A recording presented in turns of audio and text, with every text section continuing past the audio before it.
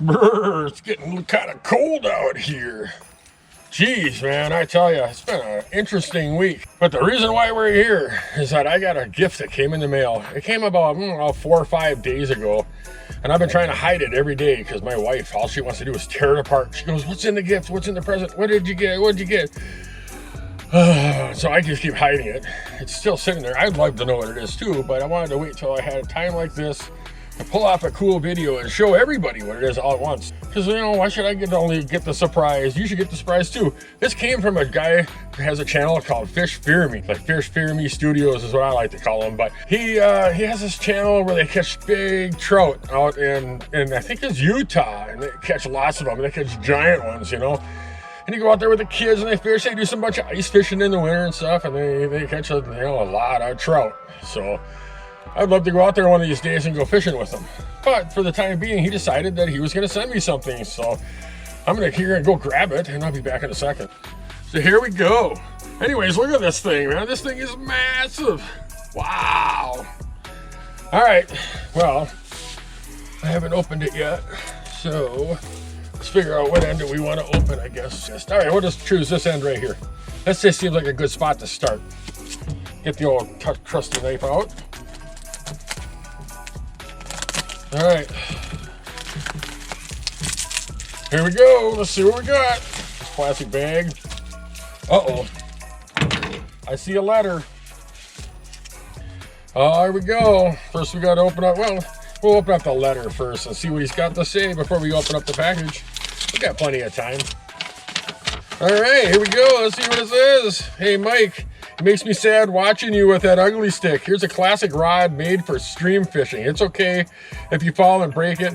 It dies an honorable death. Tight lines, Jason, aka Fish Fear Me Studios. Check it out. Here's the note that he sent. Right there, give you a chance to look at it for a second there. All right, look at that. That's a big towel. That's like a big beach towel. Holy Toledo. Wow. All right, here's the first part. There you go. That's a nice rod. That tip looks really, really good. Look at that whip on that thing. Gonna catch a big fish on this guy. What else is the rest got to be in there, I guess? All right, here it comes. Wow, check out this rod, guys. Is there anything else in there I should know about before I stop? And oh, Jesus. Oh. It's a joke, nothing got. But if I wouldn't have paid attention and looked in there, this thing here, what I came rifling down, it got me right in the eye. All right, so check it out, man. This is a Shimano. What do we got here? We got a Shimano Fightin'rod. Look at this. This is enough to fight right here. Check it out. All right, check this out, man. Here we go. Here is the sticking it together there. Check it out, guys. Wow. Isn't that beautiful? It's heavy on this end. It's a nice balance on there, too. It looks really well made, and it's a beautiful rod. Wow. Check it out. That's the rod right there. Ain't she pretty? Look at that. Yeah. It says on here that it is, what do we got? It says it's a Magnum Fighting GT. I'm trying to find anything else I can find on here. Shimano Graphite Titanium Handle. Yeah, she's a pretty dang cool rod, dudes. I'm not exactly 100% on the length of it right off the top of my head. I'm not really seeing anything on here, but this is pretty cool. Check it out, man. I got myself a new rod, and I can't wait to go fishing with it. I got permission from the DNR today to go to a stream that I've been wanting to check out for a long time. I caught a giant brook trout in this stream. This stream has been declassified, so it's no longer a trout stream anymore. There's a section that's probably about, I don't know, 10 miles upstream from where I'm gonna go fishing at. And that area up there, they say it's a trout stream up there. I have never seen a trout even in that area. I walked up and through there yesterday, just kind of scouting the stream though, as I'm cruising up looking at pools. I was taking these like little crappie little nuggets, and I had a whole bunch of them left over in a little jar.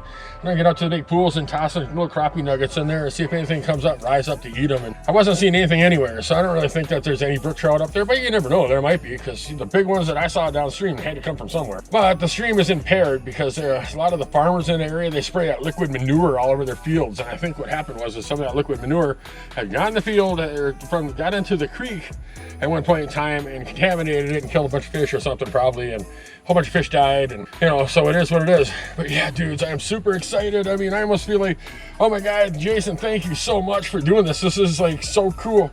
And I like the way this rod is and the handle's all set up and everything. This is nice. This is beautiful. And look at the bend on that thing. That is fantastic.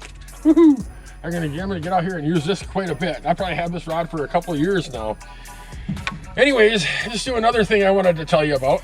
I'm going to put a couple of clips in here in the video. 2 nights ago, I was cruising from Duran, Wisconsin, and I was coming home, and I was cruising down by the Rush River with the truck, and a little deer. It wasn't very big. It was like, I don't know, it must have been a yearling. It was probably born this year. It didn't have its spots anymore. But it came, first the mother, a few deer, like 3 or 4 of them, shot across the road from way up in the distance. I seen them, so I slowed down because I know how it is with creeks. When you get to a creek, there's always going to be a deer somewhere, especially at night. They love creeks. We were cruising around by, down by the Rush River. I figured, well, by this point, all the deer are done. They've crossed the road. It's all good. And I cruised down there a little bit, and all of a sudden, out of the corner of my eye, I see that little dude come shooting out and bounce off the front of the truck up there. I'll put a little clip in, like right here, or maybe even a few seconds, showing you the dent in the front of the truck. That's a nice small little dent. But here is the damage from the truck. It's not bad. I mean, that's what happens when you hit a small deer, I guess, right there. It's about as worse as you get. It's just kind of nice dent here from where it smacked its little melon on the side right there. And I knocked this off just slightly on this panel right here. But what can you do? I mean, it could have been way worse. And then I might even show you a little clip in here somewhere. How about right about now? I'll show you this clip about, I'll show you a picture of the deer, like right now. This is right where the deer came up across the road, and I plugged it like right in that section there. And then it was a little guy too. It wasn't big, so I came over here, was searching around, and there it is. Just a little dude, probably a yearling, probably just born this year. All right, we're back. That was cool. I showed you a picture of the little deer. He was tiny. I mean, I thought about calling it DNR, but I probably could have cleaned it out. It probably would have been tasting a little bit like veal. I don't know. I don't even know if they would have let me have it. So anyways, I just left it there. Whatever. It was really weird. There was a big buck that was down by the bridge, and we're talking a big deer that was laying down there, and somebody lopped off its melon. And I don't know, maybe they took it out to get tested or something for that CWD or whatever it is. Make sure it's not spreading up here. I don't know. But you think that if they were going to, do that, they would take the whole deer instead of just leaving it there to rot on the side of the road. Whatever. Who's ever in charge of that department needs to figure that out. Because if you're going to take the head off, you should take the whole thing. You shouldn't just leave it there. That's just, I don't know. Maybe you had a nice rack on it and somebody cut the head off and they were gonna mount it on their wall as, hey, check this out, I found this in the ditch. I didn't really shoot it, but I found it in the ditch and I thought it looked cool on my wall, and there it is.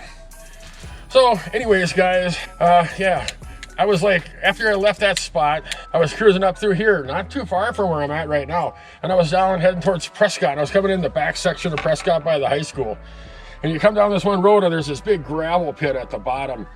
And when I was cruising down to that spot, I don't know, I see some deer up ahead, and the car ahead of me I don't know if he hit it or what happened, but he pulled over to the side of the road, and I thought that was all done. And here I come shooting down there, and right when I get to the bottom of the hill, a deer shoots out. It was a big one, and it shot out in front of my truck, and I slammed on the brakes and was able to avoid it, but it shot across in the car. There's a big pickup truck coming from the other direction, probably doing 60-something miles an hour, and he just plastered it. And when the deer shot up and tried to jump, it was trying to jump over the truck. It was the weirdest thing, because it was pitch black dark, and I could kind of see this from the headlights. And it tried to jump, and it totally missed, and it hit the front of that truck. It was like something out of a Die Hard movie, man. It was just boom! The whole thing blew up, and there was just pieces flying everywhere. I could hear things hit the side of the truck. But luckily, the deer didn't land, on top of my vehicle or in the back of the pickup truck, for that matter. It ended up on the road. I came back around to see if the driver needed any help. And honestly, he seemed a little disturbed. He thought that maybe I should have hit that deer and not him. He goes, boy, that thing ran out in front of you, but for some reason or other, I hit it. I thought, you know what? At this point in time, it's probably best for me just to get in my truck and drive away, and that's what I did. And when I got into my truck, the deer was sitting in the middle of the road. Some little car comes shooting down the road and almost slammed into the deer right in the middle of the road laying there. So I got in the truck and got the heck out of there and went home. Anyways, guys, that's kind of a little update of what's been going on, and I wanted to show you this cool little deal of what I got here. This is awesome, dude. Thank you, Jason, so much. This made my day. I mean, I can't wait to try it out. I'm going to try it out either tomorrow or probably next week, and I'll show you the video. I'll say, hey, this is the Jason rod. Check it out, dude. Thank you so much. He made me a very happy man today. Wow, check this out. Check it out, dudes. I'm going to catch me a big one on this one. All right, anyways, this is the most awesome gift, dude. You don't even know. I am so happy that I got this now. Anyways, dudes, there's gonna be a head over here. There's gonna be a playlist over here. Go check out the tips, tricks, techniques, places I fish in the driftless, things that I do, places that I go, stuff that I do. I will check you on the next episode. Thanks a lot for tuning in.